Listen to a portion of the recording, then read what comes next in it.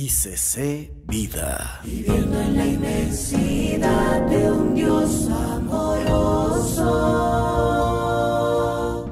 Vamos a hablar precisamente de la naturaleza y atributos de Dios. Amén.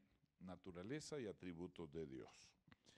Y hoy vamos a tocar 4 de los que más de pronto hemos escuchado. Y lo primera es la incomprensibilidad de Dios. Incomprensibilidad de Dios. Así que no tratemos como iglesia de comprender a Dios. El Eterno es el Creador, es grande y sublime. Nuestra mente es muy finita, muy pequeñita, comparada con la sabiduría de Dios. No se le puede hablar ni la mente de Dios, sino la sabiduría y la grandeza de Dios. Entonces, nunca lo finito podrá contener a lo infinito. ¿Me hago entender? Jamás. Que nuestra mente no alcanza a entender muchas, y yo diría que la gran mayoría de cosas que Dios, lo que Dios en su esencia es. Deuteronomio capítulo 29, verso 29.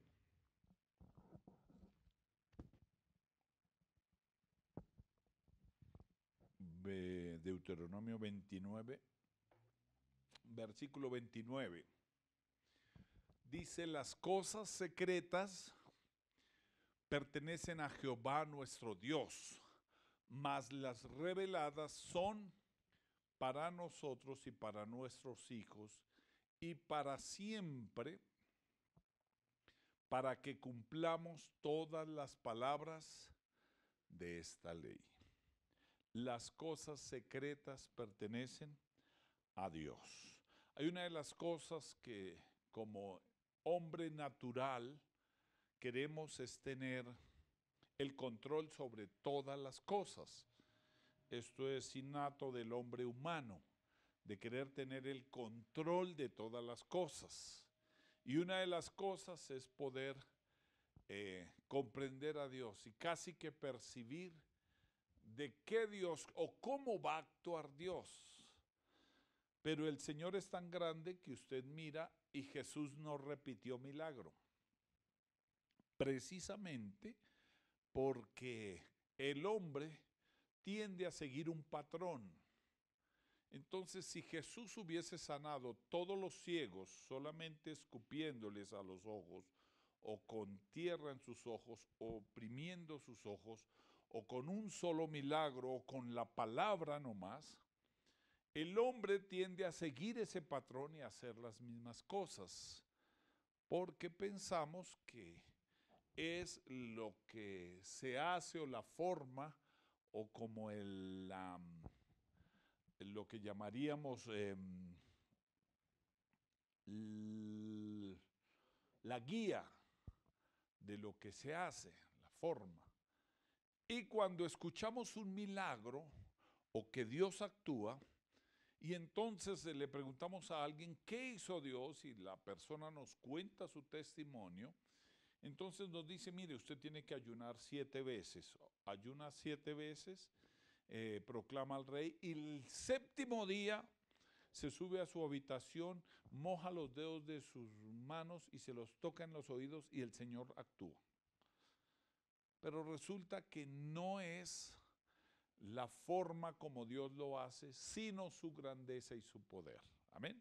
Así que tratar de comprenderlo no es porque el Señor actuó de formas diferentes, y alguno le dijo: solo levanta tu lecho y anda. A otro sencillamente: tu fe te ha sanado, lo toma de la mano, lo levanta. Al otro le pregunta: ¿quieres ser sano? Y actúa de diferentes maneras. Así que tratar de comprender ese Dios va a ser perdido el intento, porque la incomprensibilidad de Dios no alcanza a encajar en nuestra mente tan finita cómo va a actuar o cómo sería.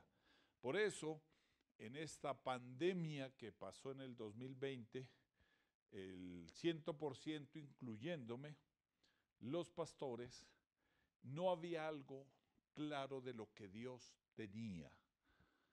Y fueron muchos, porque por las redes, fueron muchos pastores confrontados, diciéndole, ¿dónde está el Dios de la Biblia? ¿Y acaso alguien tenía una respuesta? ¿Cómo iba a actuar Dios? ¿Qué iba a permitir Dios? Pero sencillamente Él permite ciertas cosas, como lo que sucedió en la peste.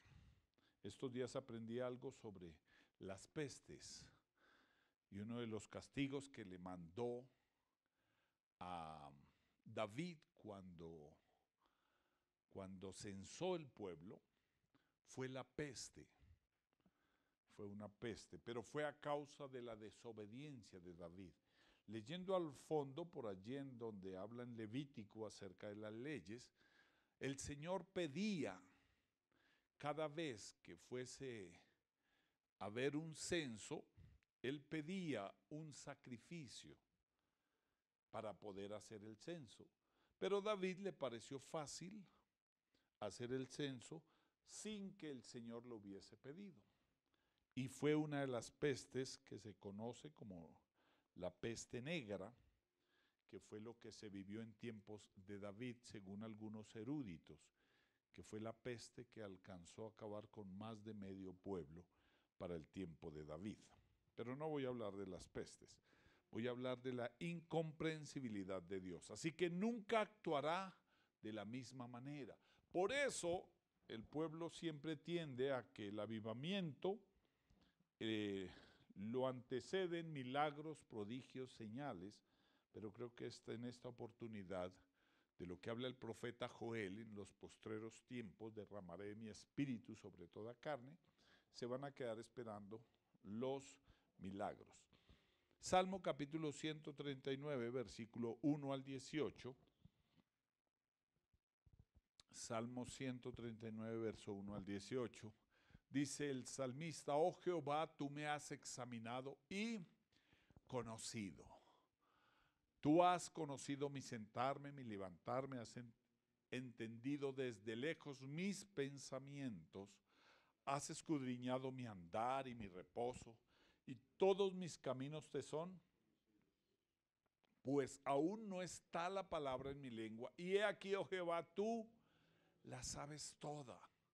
Detrás y delante me rodeaste y sobre mí pusiste tu mano. Tal conocimiento es demasiado maravilloso para mí. Alto es, no lo puedo comprender. ¿A dónde me iré de tu espíritu y a dónde huiré de tu presencia? Si subiere a los cielos, allí estás tú, y si en el Seol hiciere mi estrado, he aquí, allí estás. Si tomare las alas del alba y habitar en el extremo del mar, aún allí me guiará tu mano y me asirá tu diestra, me tomará tu diestra. Si dijere ciertamente las tinieblas me encubrirán, aún la noche resplandecerá alrededor de mí. Aún las tinieblas no encubren de ti y la noche resplandece como el día. Lo mismo te son las tinieblas que la luz. Porque tú formaste mis entrañas, tú me hiciste en el vientre de mi madre. Te alabaré porque formidables, maravillosas son tus obras, estoy maravillado, y mi alma lo sabe muy bien. No fue encubierto de ti mi cuerpo, bien que en lo oculto fui formado y entretejido en lo más profundo de la tierra. Mi embrión vieron tus ojos, y en tu libro estaban escritas todas aquellas cosas que fueron luego formadas, sin faltar una de ellas. Cuán preciosos me son, oh Dios, tus pensamientos, cuán grande es la suma de ellos. Si los enumero, se multiplican más que la arena de despierto, y aún estoy contigo. Es lo grande, el salmista lo escribe de esta manera, y es lo más maravilloso, lo incomprensible de un Dios eterno. Amén. En Isaías capítulo 55, verso 8 y 9,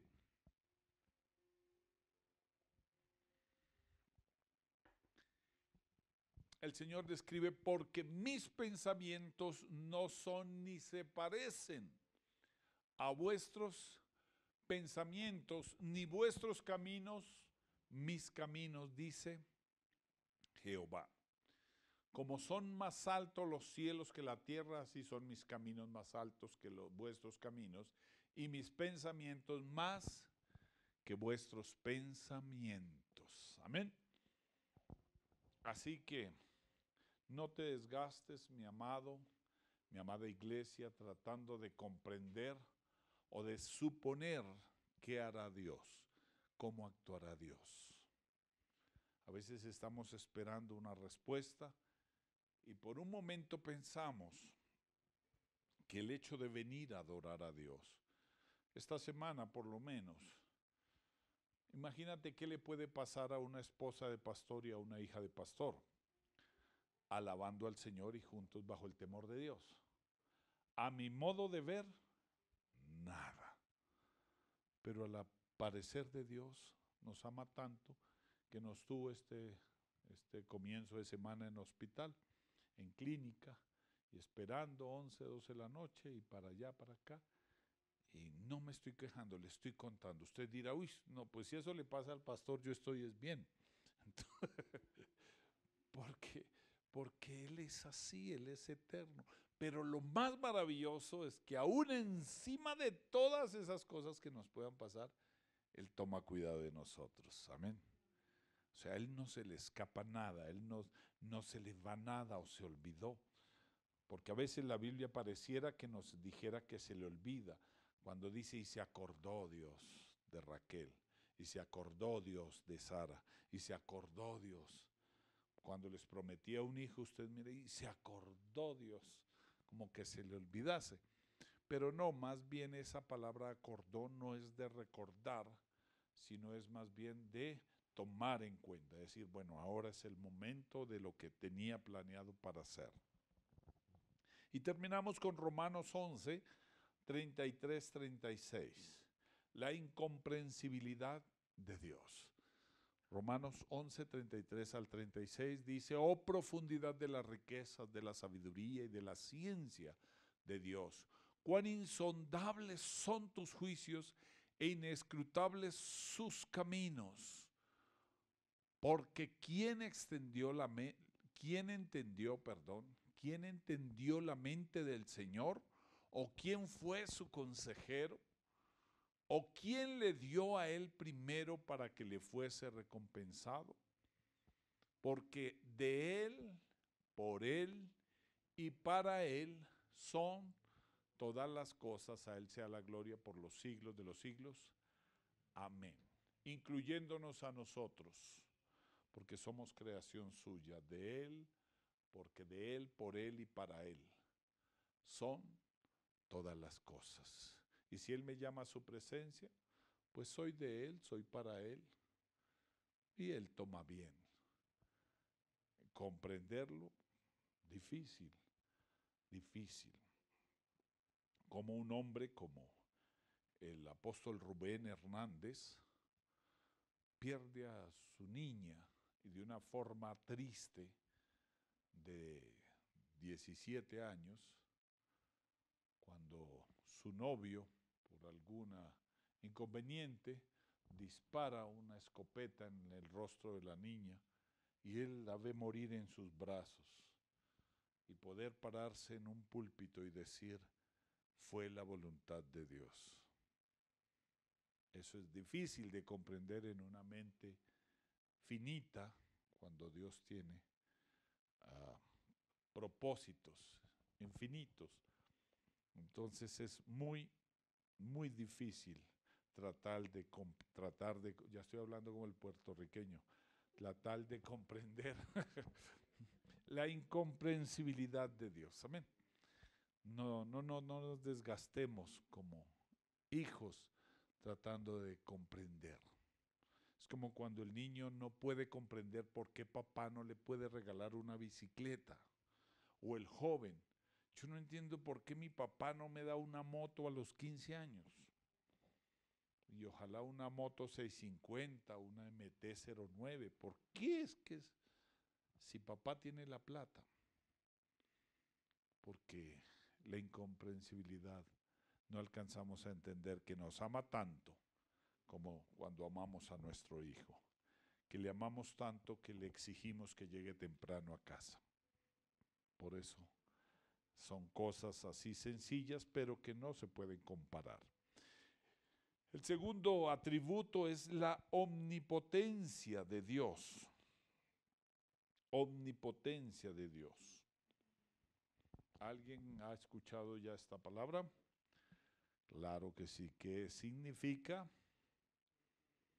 Que es todopoderoso, ¿cierto? Todopoderoso. El todopoderoso. O sea que significa que Él puede hacer cualquier cosa, ¿cierto? Ahora hay alguien aquí que vea, todavía tengo una Biblia del Día de la Biblia y voy a regalar hoy una Biblia. Solo al que me responda. No va a responder, sino solo va a levantar la mano. Así va a pasar aquí, va a tener la oportunidad para que sea equitativamente. ¿Amén? ¿Sí? ¿Cómo? Carlitos, sacamos a Carlitos de la... Carlitos, toca sacarlo a usted. Toca que se quede callado porque su merced sabe mucho, ya lo sacamos. Y no está Raúl para sacarlo también. Entonces, esta pregunta sin Carlitos. Y sin hablar. ¿Listo, Carlitos? Eso, así. Bueno. Si usted sabe, levanta la mano y pasa al frente. Él es todopoderoso. ¿Alguien sabe qué cosa no puede hacer Dios? Juanquita, uno. Pase Juanca y Vladimir.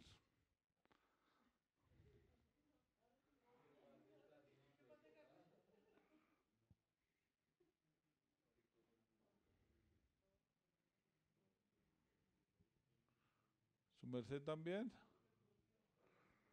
Bueno, empecemos. Señor, que ustedes, de pronto ustedes me chismosean ahí. ¿Se va a jugarla? Bueno, se quitó la gorra, eso significa harto. Va con toda. Escuchamos, a ver la respuesta, ¿listo? Ustedes tienen más oportunidad, pero también menos. ¿Qué cosa no puede hacer? Retroceder el tiempo. Vaya, se sienta.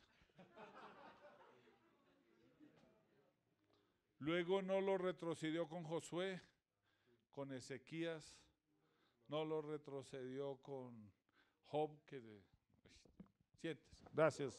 Un aplauso para Vladimir. Sigamos con el pianista. No, su merced. ¿Qué cosa no puede hacer Dios? Para mí, en lo que yo he aprendido, no obligar a la gente a aceptarle. Vaya, se siente. Tampoco. Uy, hay un erudito allá saco. Juanquita. No puede negarse a sí mismo, es decir, no puede mentir. No puede mentir. Muy bien, un aplauso para... Ese es Juanquita. Es una de las cosas, ¿cierto? La cita. Gracias, Joaquita. Tome, Joaquita. Espere a ver si se ganan otra Biblia porque allá levantaron la mano. Bueno, un aplauso para Joaquita, se la ganó. ¿Su merced tiene otra respuesta? ¿Era esa? Bueno, se la ganaron por una nariz. Pero hay otras, ¿no? Abrogar la ley. Siéntese.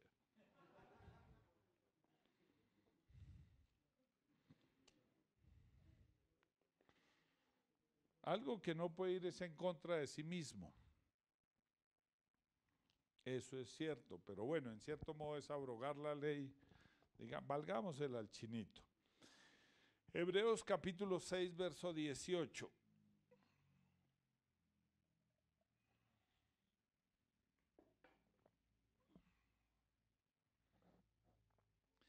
Para que por dos cosas inmutables en las cuales es imposible que Dios mienta, tengamos un fortísimo consuelo los que hemos acudido, oiga, estoy pero bien, acudido para asirnos de la esperanza puesta delante de nosotros. Imposible que Dios mienta. No va a mentir porque Él no va en contra de sí mismo. Y es un Dios verdadero. Por eso dice, yo soy el camino, la verdad y la vida. Otra cosa de las que no puede, y esto va en contra de lo que el catolicismo enseña, Él no puede ser eterno y a la vez haber sido creado. Recuerde que el catolicismo lo que enseña en su falsa doctrina es que Jesús es el Hijo de María y que Jesús es Dios, entonces María es la madre de Dios. Eso es así fácil, lo enseñan. Absurdamente, no tiene sentido. Porque Él no fue creado ni nació por mujer, porque Él es eterno. Ha sido desde la eternidad y hasta la eternidad. A nosotros nos tradujeron que era el alfa y la omega. Está mal, porque ese es el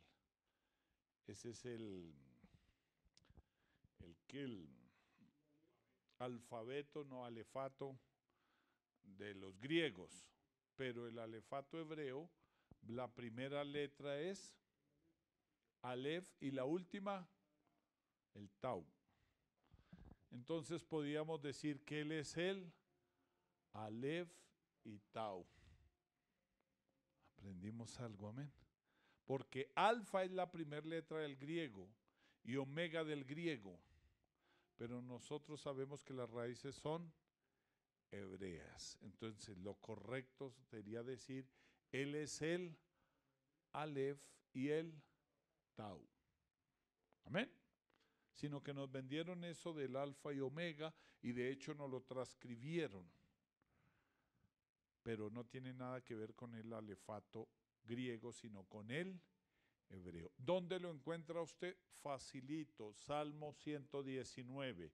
El Salmo 119 está escrito en acróstico del alefato hebreo. En la primera parte, los primeros 5 textos, usted va a encontrar con la letra Aleph. No es el escritor, es la primera letra del alefato hebreo. Salmo 119. Salmo 119, ahí lo puede mirar en su Biblia. ¿Qué dice la primera acróstico? Aleph, ¿cierto? Ahí dice Aleph. Esa es la primera letra del alefato hebreo o alfabeto para que. No. Y ahí sigue las 28. ¿22? No, 28. 26, 28, uy, ya me hicieron quedar mal. Letras que corresponden al alefato hebreo. Y la última, la Tau. Entonces, si usted quiere conocer el alefato hebreo, ahí está en su acróstico y está cada letra.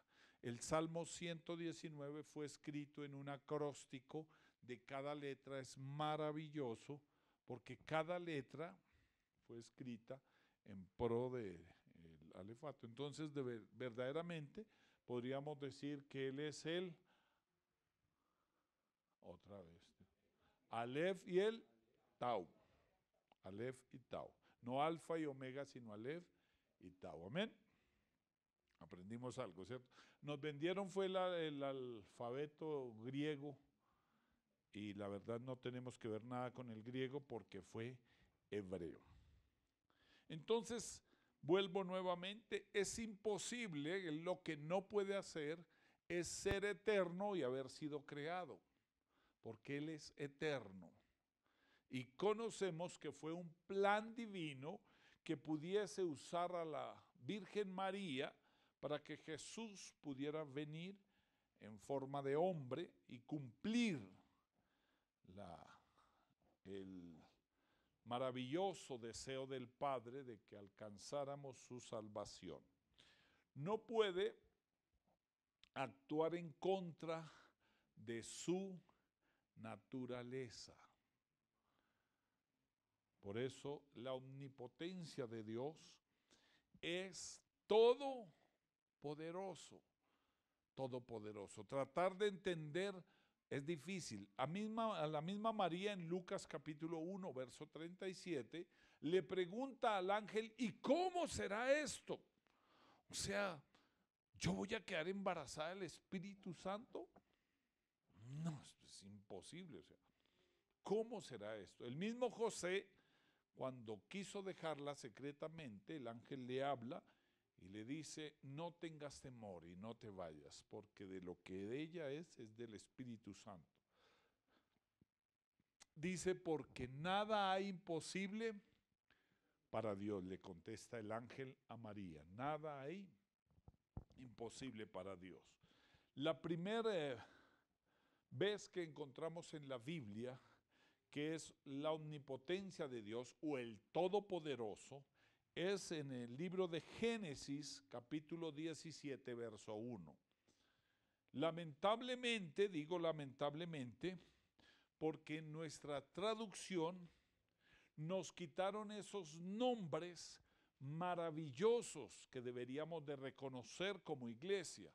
Nosotros le conocemos como el Todopoderoso, pero verdaderamente ahí le habla a Abraham y dice, era Abraham de edad de 99 años cuando le apareció Jehová y dijo, yo soy el Dios Todopoderoso. En el original no aparece Todopoderoso, aparece yo soy el Shaddai.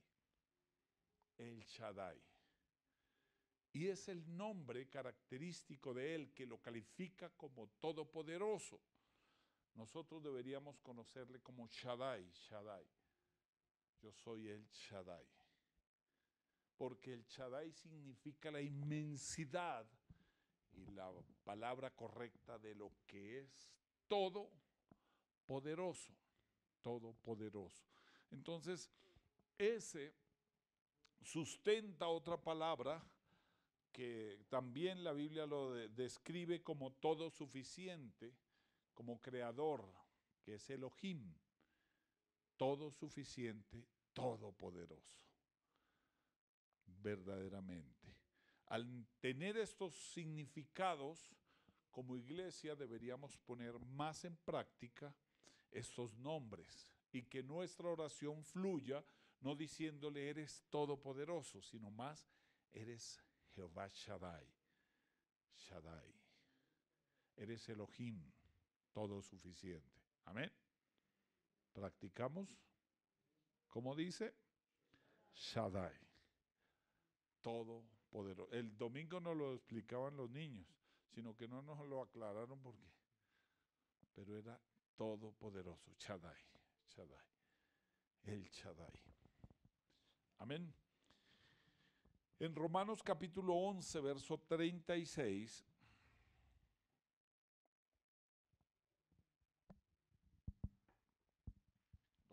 Romanos 11, 36 dice, porque de Él y por Él y para Él son todas las cosas. A Él sea la gloria por los siglos.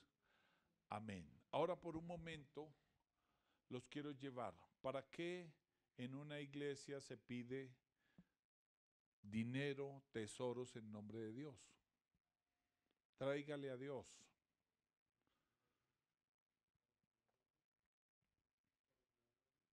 ¿Para qué? Para probar la fe. Bueno, eso en cuanto a lo que son los principios. En la obediencia, digamos, en cuanto a principios. Pero vamos a dejar de lado los diezmos, que nos dice Arley, y las ofrendas, ¿sí? Pero no, sino que cuando yo me atrevo a pararme en nombre de Dios y a traer a decirles, traigan aquí 1 millón, 2 millones. Si Él es porque de Él, por Él y para Él son todas las cosas, cuando yo entiendo que Él es todopoderoso, ¿qué necesidad tiene de ponerte una cantidad de dinero? De decir, traiga 10 millones para que Él te dé 100 millones. No tiene sentido porque yo entiendo que si de Él, por Él y para Él son todas las cosas, lo que menos necesita mi Dios es dinero. Dinero. Que me prueba ya en el principio del diezmo, porque ya es el principio, pero cuando yo uso la palabra para decir que el Señor, tráigale al Señor, es una mentira, porque yo no puedo decir que si usted da más cantidad y que si usted trae dinero y que es por el dinero que usted traiga que Él le bendecirá. Eso es falso. Eso no es, porque mío es el oro y la plata, describe el salmista. Mío es el oro y la plata. Entonces, no es por el oro, no es por la plata. Es verdaderamente el sentido de las cosas. Ahora yo les enseñaba el otro día, ahora se ve el reflejo porque cuando se ve dinero y se ven billetes, entonces, claro, este billete llama la atención más. Cuando se ve un billete. Pero si yo le colocara 50,000 en bananos aquí, o en naranjas, o en papayas, o en un cordero, ¿usted lo vería con la mismo deseo, avaricia, codicia, deseo? Usted pasa y va, cuando uno va al campo y ve, ay, 2 ovejas, 3 vacas, ¿no? Y hasta huelen a vaca y a oveja. Es más, si a uno, la otra vez me regalaban una chivita. Fuimos por allá a visitar a un hermano y había una cabrita recién nacida. Dijo, pastor, si quiere llévela. Y yo me puse a pensar, una cabra en la casa, y yo qué le doy, ¿dónde la meto? Y empieza a llorar ese animal y yo, no, ¿y qué tal se suba a la cama? Y de acá, no. Si se encarta uno con un perrito. Imagínese una cabra brincona, hermano. Loca en la casa, si no hay un corral, si no hay dónde. No, gracias. Yo lo que le dije, bueno, si quiere véndamela y me da la plata. Porque eso no suena. Pero el Señor en principio no pidió plata. ¿Por qué les enseño esto? Porque el Señor no pidió, tráigame en 50,000, 100,000. Lo correcto fue de lo que Él te da. Recuerde que Jacob sacaba eran los becerros más gorditos y se los presentaba a Jehová y los ofrecía en olor sacrificio, en olor grato. Las ofrendas encendidas a Jehová, verdaderamente las primicias eran cosechas. Entonces llegaba el grano de maíz, el frijol, y llevaba el sacerdote y llegaba era todo lo que se ponía en el templo. La única vez cuando se ven trasteando con oro, con plata y con todo eso fue cuando David o cuando el mismo Moisés pidió para hacer el tabernáculo. Y después cuando David fue a edificar el templo, fue cuando empezaron a traer oro. Pero el resto, la ofrenda que traían, era palominos. Allá en el libro de Juan, capítulo 2, que el Señor Jesús fue presentado, dice, y debían llevar la ofrenda por presentación, que era 2 palominos en el caso de ser de escasos recursos, y si la familia era más adinerada, debía llevar un becerro. Entonces no se veía, porque se veía ofrenda. Cuando ya empieza a cambiar y que ya se podía, eso tiene un nombre exacto, redimir la ofrenda, que redimir era decir esa oveja vale más o menos 300,000 pesos. Yo mejor llevo el dinero en vez de la oveja. Entonces empezó a cambiar el principio y se empezó ya, fue a mover el dinero, porque se redimía la ofrenda. Y podían redimir la ofrenda en vez de la oveja o el sacrificio. Ya para nuestros días, pues imagínense cómo sería aquí afuera ese cagajón de todas las vacas, las del pastor. Llegaron con las ofrendas. Había que tener una bodega para estar todas las ofrendas. Pero sería acorde a lo mandado por Jehová. Pero note cómo un billete y un valor de 5 pesos cambia el sentido. Porque ya es ofrenda. Entonces ahora vuelvo a nuestros tiempos. ¿Por qué un pastor se para al frente y dice, tráigame en 1 millón, a cuenta de qué? De la avaricia del corazón del pastor, es la realidad. Porque el Señor no dijo, traiga 1 millón porque si mío es de Él, por Él y para Él son todas las cosas. Si Él hace y puso un principio, no es el dinero, es el principio. ¿Me hago entender? Es la voluntad. Yo lo hice aquí con un ejemplo, con un billete, con un banano y con unos dulces. Y fue más fácil dar el dulce, el banano, repartir la plata. Ah, no, pastor. Y todo equivalía a lo mismo. Era un niño con 6,000 pesos, habían 6,000 de bananos y habían 6,000 de dulces. Para el de los bananos y los dulces fue fácil repartir y darle, pero al de la plata, tengo que darle 2,000 pesos, pastor. Porque eso va en el corazón, la avaricia del hombre. Y no estoy hablando de los niños, estoy hablando de todos nosotros. Si usted lleva 5,000 de bananos, es más fácil repartir a 10 personas de a 10 bananos que darle a cada persona de a 1,000 pesos.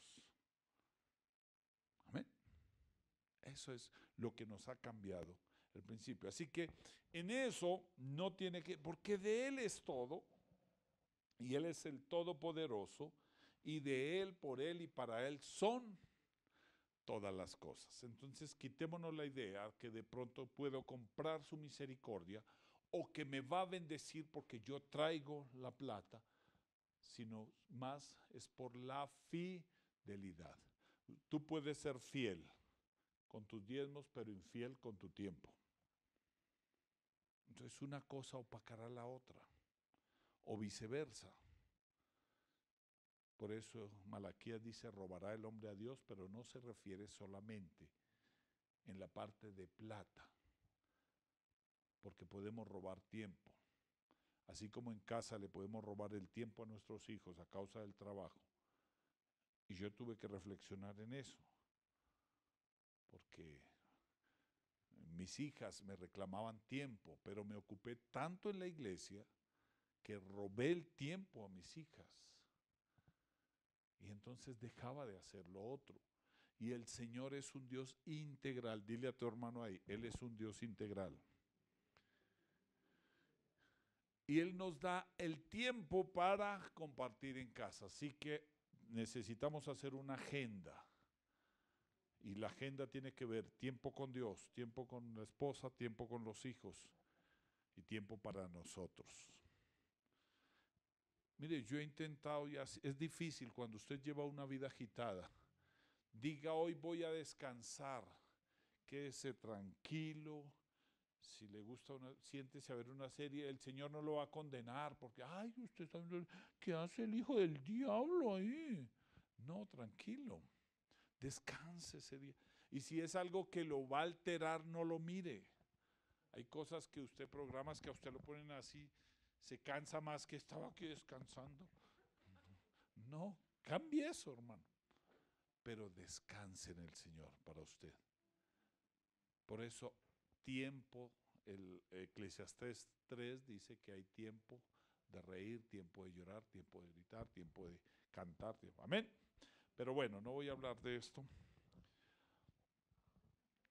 La omnipresencia de Dios. Entonces ya hablamos de la incomprensibilidad de Dios, de la omnipotencia, y vamos a hablar de la omnipresencia con M, O-M-N-I, omnipresencia de Dios. Como su palabra lo dice, ¿qué es? Está en todo lado, que está en todo lado. Ahora, cuando escuchamos su poder lo llena todo, su gloria lo llena todo, es el todo del todo. No es que en este momento esté más acá, o que avivamiento por ser, si están ahorita en servicio, no, ellos lo hacen los viernes, pero estuviesen en servicio, como allá son más, entonces su presencia está más harta allá que acá.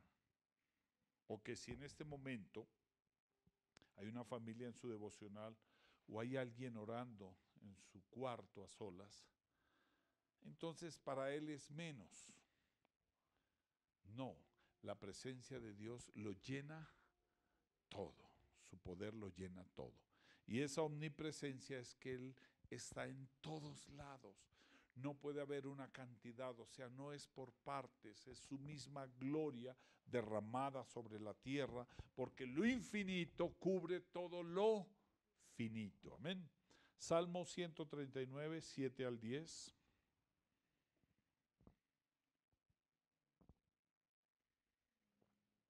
Dice la palabra de Dios: ¿a dónde me iré de tu espíritu?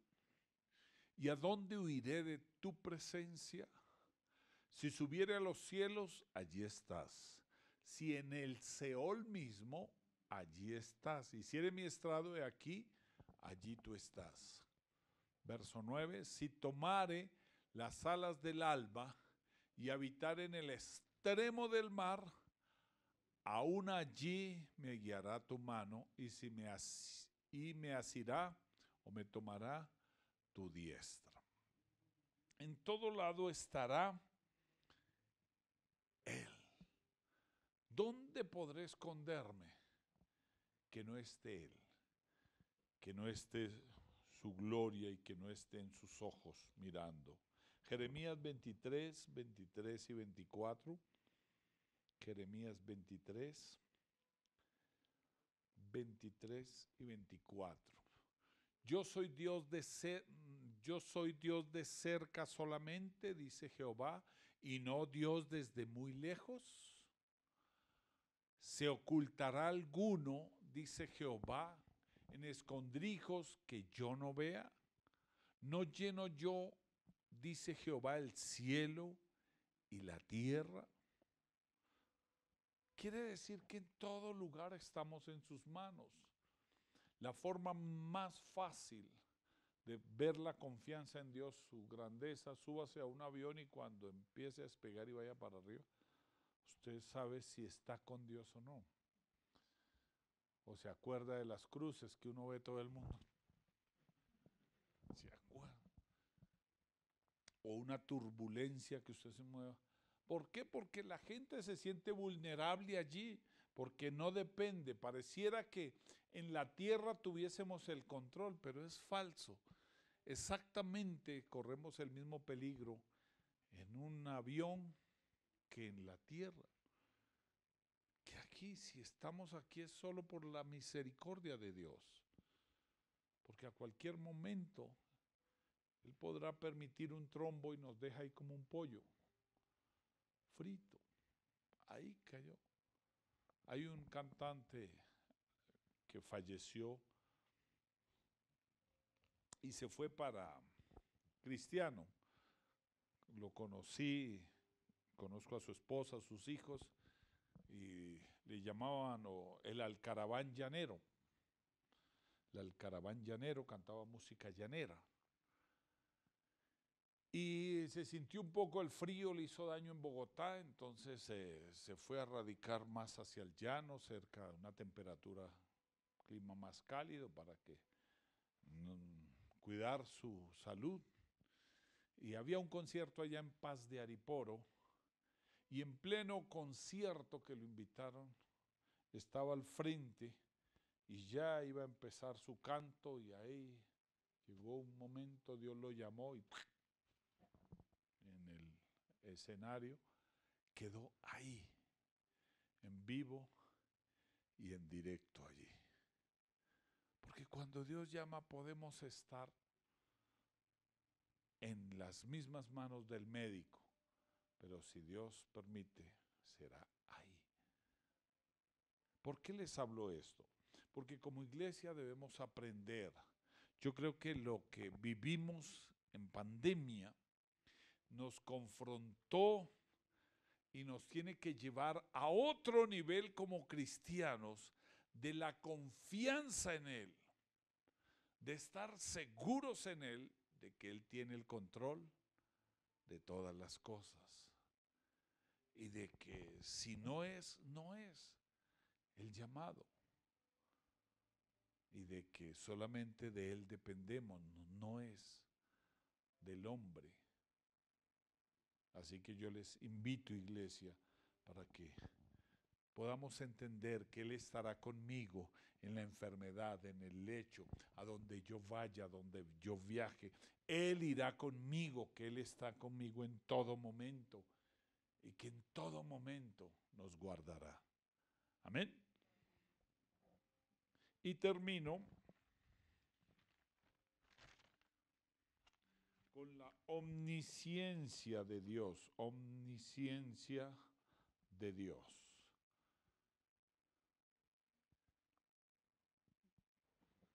¿Qué significa? Que lo sabe todo o todo conocimiento. Todo conocimiento significa la omnisciencia de Dios. Todo conocimiento, todo lo sabe, todo lo conoce, todo sabe. Así que no es que de pronto podamos engañar a Dios. Cuando usted está pensando o cuando la persona piensa, yo solo voy a iniciar o voy a hacerlo nomás, Él ya conoce lo que nuestra mente puede pensar a futuro. Antes yo llegaba y me invitaban a orar por un enfermo y yo iba y a orar como buen pastor, uno quiere que todos, pues me pasaba lo de Jonás, como buen profeta, uno quiere que Jonás quería, y ese fue el error de Jonás, si usted no lo sabía. Jonás lo que altercó a Dios o lo que peleó con Dios, usted puede mirar en el primer capítulo, es que él sabía que él iba a tener misericordia y que iba a quedar como un profeta mentiroso. Pues a ver, viene el profeta Jonás, declara una palabra sobre Nínive. Nínive será destruida. Así que Dios ha determinado destruir a Nínive. Entonces se ponían a orar, se arrepentían, Dios los perdonaba y no destruía a Nínive. ¿Quién quedaba mal? El profeta mentiroso, no se destruyó Nínive. Entonces él declara en el primer capítulo y dice, qué gracia, yo voy, predico y usted va y los perdona y no se cumple nada, entonces ¿para qué me manda? Eso es. Entonces, como buen pastor, uno quiere que todo enfermo se sane. Claro. Que no me pase lo de mamá. Mamá lo invitaban a orar por enfermos y todos los que oraba se morían. Cuando esté enfermo no le diga a mi mamá que ore. Descubrimos después que era un ministerio porque, hermana Katica, mi papá está muy enfermo, y ella oraba y se moría el viejito. Y era efectiva, mi abuelita es efectiva. Llevaban sufriendo, sí. Tengo que invitarla para que nos dé el testimonio de su ministerio, ¿verdad? La abuelita, llevaban sufriendo las personas 20 días, 2 meses, 3 meses, y agonizando y sufriendo. Y entonces llegaban a la iglesia, pastor, ore porque es que está sufriendo. Entonces nosotros le decíamos, mire, invite a la pastora Katica, efectiva. Y después de 2 meses de sufrimiento, la abuelita con una visita oraba y no alcanzaba a llegar a la casa cuando la llamaban, pastora Katica, ya se murió. Esa abuelita los mandaba derecho. Todavía ella, si le piden, ella va a orar, así que si alguno quiere. Pero era una de las cosas. Entonces, vuelvo y retomo. Los pastores deseamos que Dios se mueva porque es uno de los dones que habla la Biblia. Sanidades, milagros. Y claro, porque en cierto modo pues trae credibilidad y qué bueno que un pastor ore y se sane. ¡Wow! Eso es bonito. Que uno pueda decir, vea, vaya, ore, dígale a mi pastor que ore, que Dios le dio un ministerio. Que no vaya a ser la pastora Katica, pero que vaya y ore. Pero a veces no pasa. Entonces me invitaban a orar y a veces no sucedía, pero yo entendí algo, que más que el ministerio y una oración, hay alguien que está por encima, que es tiene su omnisciencia, todo conocimiento, que Él lo sabe todo, Él sabe lo que hay en el corazón, que Él lo conoce, que Él tiene todo conocimiento y que antes que una persona diga, yo quiero que ore porque yo le voy a seguir, Él ya sabe que no va a seguir. Él ya conoce la intención del corazón. Dice que Él pesa los corazones. Jeremías 17 dice que engañoso es el corazón y perverso, y que uno no lo conoce, uno cree hacerlo. Y muchos de los que hemos orado aquí, Dios ha tenido misericordia y los han sanado, no están aquí ya. No están aquí. Hay una chica, mire, que llegó cuando era pastor de jóvenes, le estoy hablando hace más de 20 años. Sí, yo creo que hace unos 18 años. Estaba todavía en Soacha. Y llegó la mamá un día llorando. Una mujer llorando. Pastor, usted sabe que yo amo a Dios, pero en lágrimas. Mi hija está con una enfermedad rarísima. Los médicos no saben qué es. Había perdido su cabello, estaba desfigurada su rostro, la piel terrible. Tremendo. Y yo le dije, amor, vamos a orar. Y es un testimonio vivencial y se lo voy a contar a dónde está. La chica tendría unos 13 años. Y le dije, bueno, vamos a orar. Fuimos a la habitación, ella ni siquiera se arropó. Yo le dije, mami, tranquila, yo no te vengo a juzgar. Quiero orar por ti, déjame, yo quiero colocar mi mano. Pero antes de orar le dije, mira, Dios te puede sanar. Pero Él quiere que, si Él te quiere así mejor, porque tú vas a ser salva, te dejará así. Pero si tú vas a seguir y te comprometes, Él te va a sanar. Sí, pastor, mi vida, ¿qué más daría yo? Y bueno, es tu compromiso con Dios. Oremos. Llevamos aceite con mi esposa, oramos. Los médicos ya habían dicho que la niña no tenía remedio, ya habían pasado especialistas, todo. Era una enfermedad muy, muy extraña, de las más extrañas que conozco, porque la piel se derretía y el cabello se caía como gelatina. En ese día recuerdo que ella me dijo, vea, pastor, y sacó un pedazo de cabello y se le caía como gelatina así. Y estaba había perdido todo su cabello. Bueno, el mío también, pero no es por eso. Ya tenemos algunos problemas. Bueno, y entonces oramos ese día con mi esposa, le ungimos, la abracé, lloré, sentí el dolor.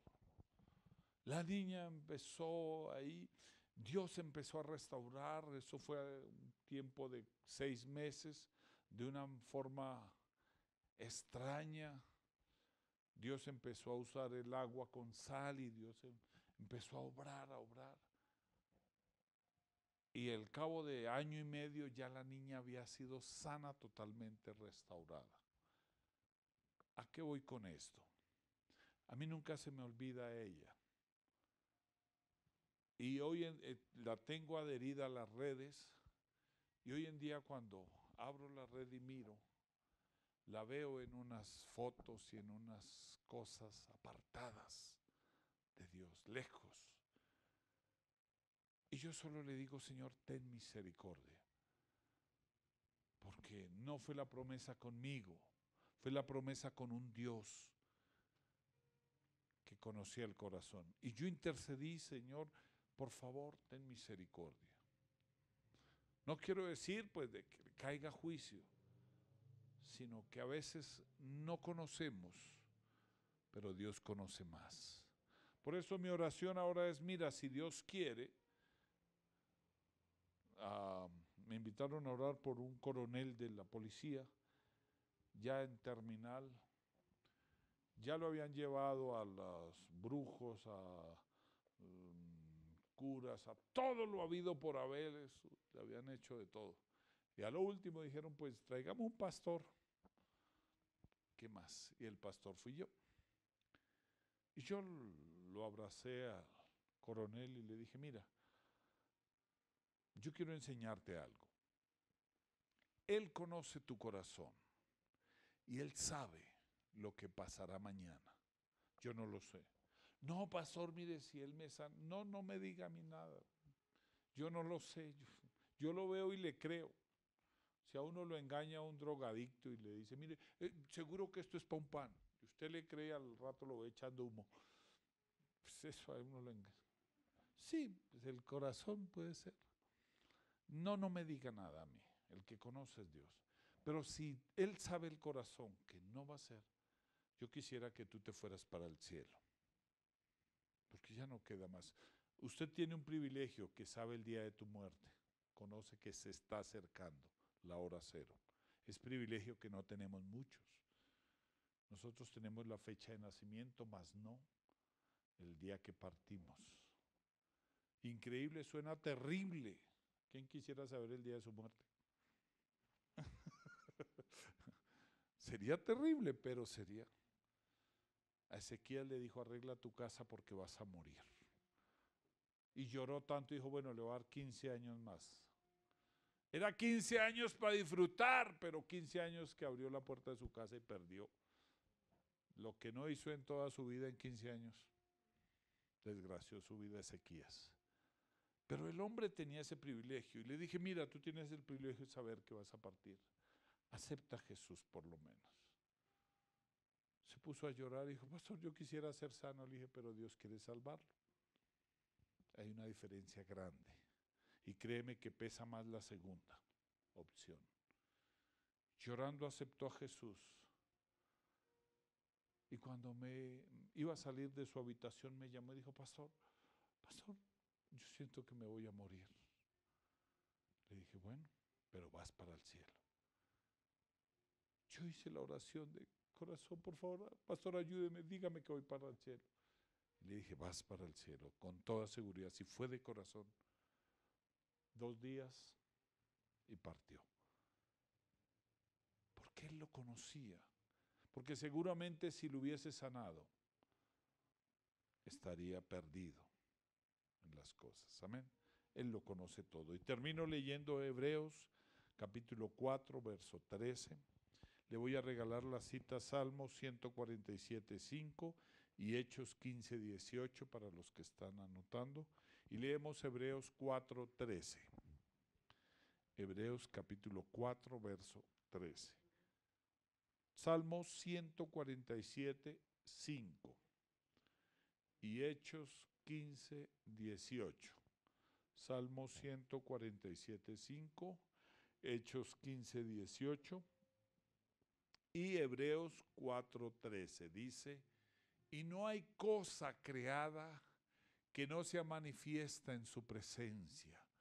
Antes bien, todas las cosas están desnudas y abiertas a los ojos de aquel a quien tenemos que dar cuenta. O sea, pastor, que él sabe. Sí, él sabe. Mi secreto, sí, él sabe. Y cuando él sabe. Y eso que él sabe. O sea, a mí no me cuenten ni tenemos que contarnos nada porque somos pecadores, pero Él conoce cada mínimo detalle que hay en el secreto, en lo secreto.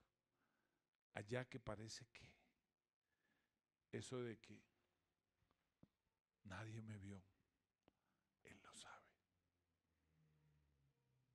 Allá, Él conoce. Cuando está ya en internet, y lo más es que queda grabado un video. Al tablero José, cuando estemos en el gran juicio, pase por aquí. Añañay, dijo un amigo. Pase por aquí. Cuando usted diga, ¿pero por qué, Señor? No, miremos el video nomás. ¿Qué nos? ¿Dónde tenía las cámaras, Señor? Y yo que creí que nadie estaba viendo, ahí estaba. Porque están desnudas y abiertas a los ojos de aquel a quien tenemos que dar cuenta. A Él. Solamente a Él. Pero lo más maravilloso es que estamos a tiempo de que hay esperanza. Si alguno confiesa y se aparta, alcanza misericordia. Y entonces el acusador vendrá. Ahora sí el gran juicio. Venga para acá, Luis. Siéntese ahí que yo tengo que decir. Entonces el Señor dice un momentico. Usted es el acusador, pero yo soy el abogado. Este juicio está ganado. ¿Pero por qué? Porque mi sangre preciosa lo limpió de todo pecado. Y es justo. Siguiente, porque este no tiene nada de descargos. Amén. Es lo más maravilloso. Eso cambia la historia. Y gracias a Dios, haga así. Uy, nos salvamos. Todos tenemos una hoja oscura, mano.